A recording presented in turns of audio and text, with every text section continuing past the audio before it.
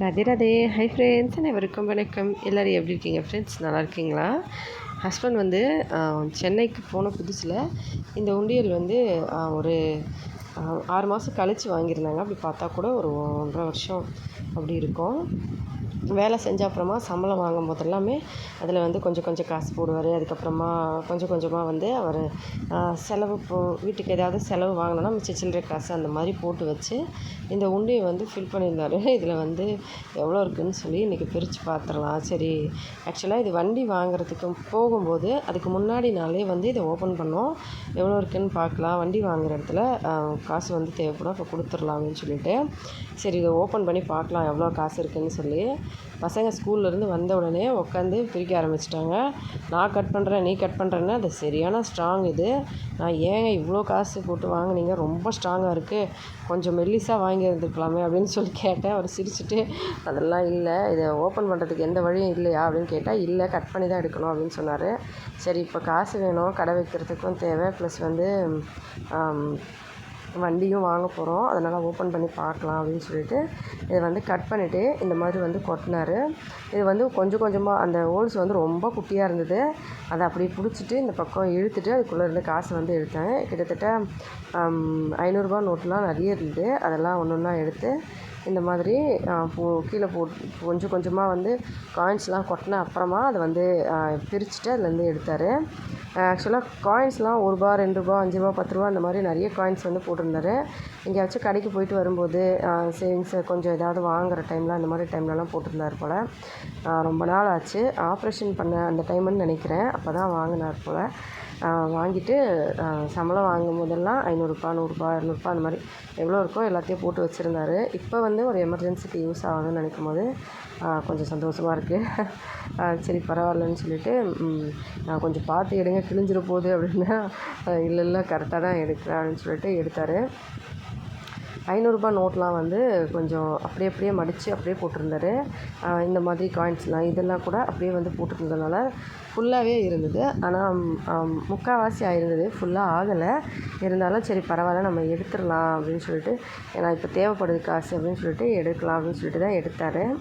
Cut பண்ணிவிட்டு இப்போ பார்க்கலாம் எவ்வளோ இருக்குதுன்னு சொல்லி. நான் வந்து முதல்ல எடுக்கும்போது ரொம்ப ஆர்வமாக இருந்தேன், எவ்வளோ இருக்க போது தெரியலையே அப்படின்னு சொல்லிட்டு.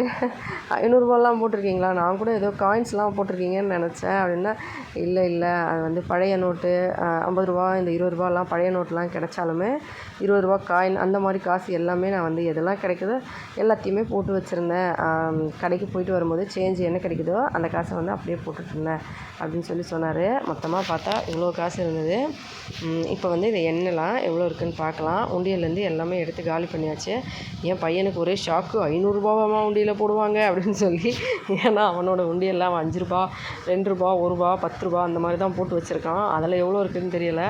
அதை செக் பண்ணி பார்த்தா எப்படியும் ₹50 தாண்டாது. ஏன்னா ஐஸ்கிரீம் கார் வந்தாலோ யாராச்சும் ஸ்நாக்ஸ் விற்கிறவங்க வந்தாலுமே அதை எடுத்து காலி பண்ணிவிடுவாங்க. ஹெல்ப் பண்ணுறேன்னு சொல்லி ஒன்றுனா எடுத்து கொடுத்துட்டு இருந்தாங்க 2 பேரும்.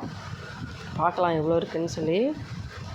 ₹100 நோட்டு, அப்புறம் ₹500 நோட்டெலாம் ஃபஸ்ட்டு எடுத்துகிட்டு அதுக்கப்புறம் ₹200 நோட்டு 100லாம் எடுத்துக்கலாம் அப்படின்னு சொல்லிட்டு இப்போ பார்க்கலாம், எண்ணிட்டு எவ்வளோ இருக்குதுன்னு சொல்லி நான் சொல்கிறேன். பார்த்த உடனே இவ்வளோ காசு பார்த்தே ரொம்ப நாள் ஆச்சுப்பா அப்படின்னு தோணுச்சு. ஏன்னா இப்போல்லாம் கூகுள் பே, ஃபோன்பே இதிலையே வந்து நம்ம வேலையெல்லாம் நடத்திடுறோம். கையில் காசு வாங்கியே ரொம்ப நாள் ஆச்சே அப்படின்ற மாதிரி தான் இருந்தது. எனக்கு ஒரே சிரிப்பு. ஏன்னா காசு வந்து அப்போல்லாம் சென்னையில் ஒர்க் பண்ணும்போது ஹஸ்பண்ட் சென்னையில் ஒர்க் பண்ணுற அந்த டைமில் வந்து இப்போ 5 வருஷம் முன்னாடி அப்போல்லாம் கூகுள் பே, ஃபோன்பே வந்து அந்தளவுக்கு கிடையாது, இருந்தது. ஆனால் மோஸ்ட்லி யாரும் யூஸ் பண்ண மாட்டாங்க.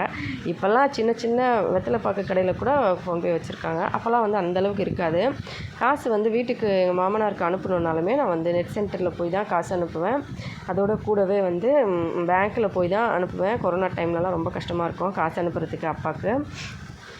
அந்த மாதிரி இருந்ததுனால காசு வந்து அந்த டைமில் வந்து காசு ஹஸ்பண்ட் சம்பளம் வாங்கிட்டு வந்த உடனே வந்து கையில் பார்க்கும்போது கொஞ்சம் பரவாயில்லப்பா, மாதம் ஃபுல்லாக கஷ்டப்பட்டதுக்கு காசு வந்து நம்ம வாங்கியிருக்கோம் அப்படின்னு அந்த மனசு வந்து கொஞ்சம் திருப்தியாக இருக்கும்.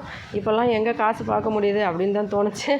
அதுக்கப்புறமா சரி ரொம்ப நாளுக்கு அப்புறம் பார்த்த உடனே சரி எல்லாம் எவ்வளோ நாளாக சேர்த்து வச்சுருக்காரு, எதுவும் வந்து பேட் ஹேபிட்லாம் வைக்காமல் அந்த காசெல்லாம் வந்து இதில் போட்டு வச்சா யூஸ்ஃபுல்லாக இருக்கும் அப்படின்னு சொல்லிட்டு பழைய நோட்லாம் மட்டும் எடுத்து தனியாக உண்டியலில் வைக்க சொல்லி நான் சொன்னேன். அவரும் வந்து பழைய நோட்லாம் வந்து தனியாக வச்சுருங்க, மீதியெல்லாம் எடுத்து செலவு பண்ணலாம் அப்படின்னு சொன்னார். அதனால் ரூ. 50, ஒரு ரூ. 20, ஒரு ரூ. 5 இது மட்டும் நோட்டு பசங்கக்கிட்ட கொடுத்து இதையும் வந்து உங்கள் உண்டியலில் வச்சுருங்க அப்படின்னு சொன்னேன். அப்புறமா ரூ. 20 காயின் ஒன்று இருந்துச்சு. ஒரு சில காசு மட்டும் எடுத்து வச்சுட்டு மீதியெல்லாம் வந்து எவ்வளோ இருக்குதுன்னு சொல்லி நான் எண்ணி சொல்கிறேன். இந்த 20 ப்ளஸ் ஒரு 50, ஒரு 5 இதை ஓரமாக வச்சுட்டு இப்போ இதை எண்ணலாம். இதில் எவ்வளோ இருக்குதுன்னு பார்க்கலாம். காயின்ஸ்லாம் எவ்வளோ இருக்குதுன்னு சொல்லிவிட்டு நான் எண்ணுறேன். நோட்டு வந்து ஹஸ்பண்ட் எண்ணுவார். இதில் ரூ. 20, ரூ. 10, ரூ. 5, ரூ. 2 அந்த மாதிரி எல்லாமே இருக்குது. ஓகே, எண்ண ஆரம்பிச்சிடலாம். நான் வந்து தமிழில் எண்ணிட்டு இருந்தேன், அவரும் தமிழில் தான் எண்ணுறாரு. ஏங்க ஒடியாவில் என்னங்க தமிழில் எண்ணுறீங்கன்னா, இல்லை அது தமிழில் எண்ணி தானே பழக்கமாகிடுச்சு. ஏன்னா வேலை பண்ண பார்க்குற இடத்துல சேலரி எல்லாம் யாருக்காச்சும் போடணும். அந்த டைமில் வந்து ஓட்டியெல்லாம் கணக்கு போட்டு எல்லாேருக்கும் கொடுக்கும்போது தமிழில் தான் வந்து கணக்கு போட்டு கொடுப்பாரு. அதனால் அதெல்லாம் ஞாபகம் வந்து தமிழ் தான் வரும். திடீர்னு கொஞ்சம் நேரம் கழித்து ஒரியா வந்து என்னங்க திடீர்னு ஒரியா, அது அப்படி தான் மிக்ஸ் ஆகி வரும், அதெல்லாம் கண்டுக்கக்கூடாது அப்படின்னு சொல்லி சிரிச்சுட்டு எண்ணிட்டு இருந்தோம். ஓகே, எண்ணி ஆச்சு. காயின்ஸ்லாம் இப்போ எண்ணிடலாம். நோட்லாம் எண்ணியாச்சு. ரூ. 500 நோட்டு, ரூ. 200 நோட்டு, அதுக்கப்புறமா ரூ. 100 நோட்லாம். இப்போ இது எவ்வளோ இருக்குதுன்னு பார்த்துடலாம். மொத்தமாக எவ்வளோ இருந்துச்சுன்னு சொல்லிவிட்டு நான் சொல்கிறேன். ஓகே, பசங்க வந்து ஓடி ஓடி எண்ணுறேன்னு சொல்லி ரொம்ப அவங்களுக்கு ஒரே ஜாலியாக இருக்குது. இவ்வளோ உண்டியலில் காசு போடுவாங்களா அப்படின்னு சொல்லி, ஆக்சுவலாக இதை விட நிறையவே போடுவாங்கப்பா அப்படின்னு சொல்லிட்டு நான் சொன்னேன். ஏன்னா சென்னையில் இருக்கும்போது வேலை செய்யும்போது அந்த டைமில் கூட ஒரு தடவை வந்து பெரியவன் பிறந்த அப்புறமா ப்ரெக்னெண்ட்டாக இருக்க டைம்லையோ இல்லை அதுக்கு முன்னாடியோ வந்து இதே மாதிரி தான் ஒன்று போட்டு வச்சுருந்தாரு.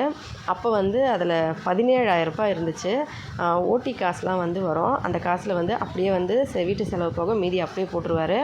17,000 இருந்துச்சு. ஒரு வருஷமாக சேர்த்துருந்தார். இப்போ வந்து இங்கே வேலை செய்கிற இடத்துலையும் அதே மாதிரி தான். ஃபஸ்ட் ஆஃப் ஆல் வந்து ஃபஸ்ட்லாம் சென்னையில் இருக்கும்போது பேட் ஹேபிட்ஸ் வந்து எப்போயாச்சும் ஒரு சில டைமில் அந்த மாதிரி பேட் ஹேபிட்ஸ் இருக்கும். இப்போ வந்து சுத்தமாக பேட் ஹேபிட்டே கிடையாது. அதனால் வந்து காசு சேர்க்கணும்னு நினச்சாலும் எங்கே வீட்டுக்கு வந்து அப்புறம் நம்ம அப்பா அம்மா குடும்பம் ஃபேமிலி பெரிய ஃபேமிலி ஜாயின்ட் ஃபேமிலி நம்மளை பார்த்துட்டு அங்கே செலவு பார்த்து எல்லாம் பார்க்குறதுக்கே சரியாக இருக்குது. இல்லை எங்கேருந்து சேர்த்து வைக்கிறது அப்படின்ற மாதிரி தான் தோணுச்சு. ஆக்சுவலாக சரி எல்லாத்தையும் எண்ணிட்டார். எவ்வளோ இருக்குன்னா 10,985 இருக்குது. மொத்தமாக சேர்த்து 10,985 இவ்வளோ காசு வந்து சேர்த்து வச்சுருந்தாரு. இந்த காசு தான் வந்து நம்ம வண்டி வாங்குகிற அன்றைக்கி வந்து கொண்டு போய் அந்த அமௌண்ட்டு கொடுத்ததில் பாதி இந்த காசு வந்து கொடுத்துட்டு 10,000 கொடுத்துட்டு 985 வச்சுக்கிட்டேன். காயின்ஸ்லாம் வந்து மறுபடியும் உண்டியல்லையே வச்சிடலான்னு சொல்லி காயின்லாம் வச்சுட்டு நோட்லாம் வந்து எடுத்துக்கிட்டோம். இதை வந்து எடுத்துகிட்டு வண்டியில் வந்து அங்கே கடையில் கொடுத்துருந்தோம். இதுதான் ஃப்ரெண்ட்ஸ் 1.5 வருஷம் சேவிங்ஸு.